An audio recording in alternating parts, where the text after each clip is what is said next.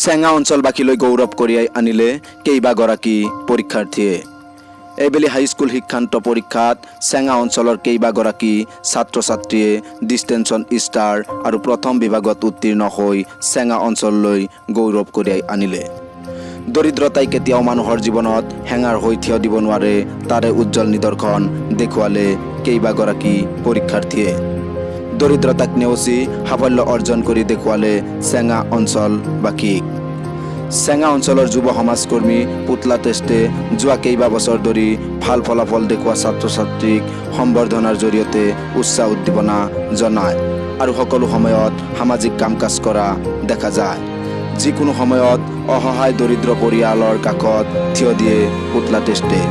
এইবেলিও হাইস্কুল শিক্ষান্ত পৰীক্ষাৰ আগমুহূৰ্তত পৰীক্ষাৰ্থীসকলক বিভিন্ন প্ৰকাৰে শুভেচ্ছা জনায়।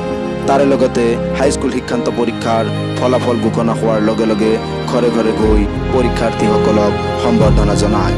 সঁচাকৈ পুতলা টেষ্টে মানৱতাৰ হৈ কাম কাজ কৰি আহিছে।